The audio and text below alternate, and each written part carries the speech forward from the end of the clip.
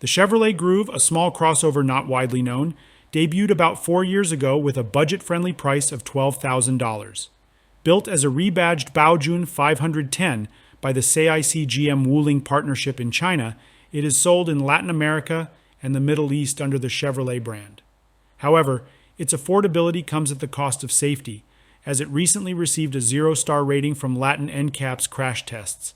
In a frontal impact test, the Groove showed an unstable structure with only marginal protection for the driver's chest, knees, and feet. Side impact tests revealed troubling levels of intrusion into the passenger compartment.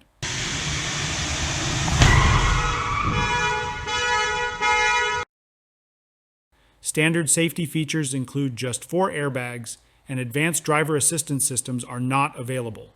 Pedestrian protection also rated poorly, offering weak to marginal protection for the head and poor protection for upper legs. Scores across key categories were disappointing: 39.42% for adult occupant, 68.57% for child occupant, 36.37% for pedestrian protection and vulnerable road users, and 58.14% for safety assist.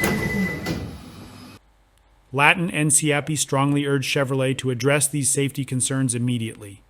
This result is concerning for a popular model like the Groove, and Latin NCAP recommends consumers avoid it until Chevrolet makes significant safety improvements.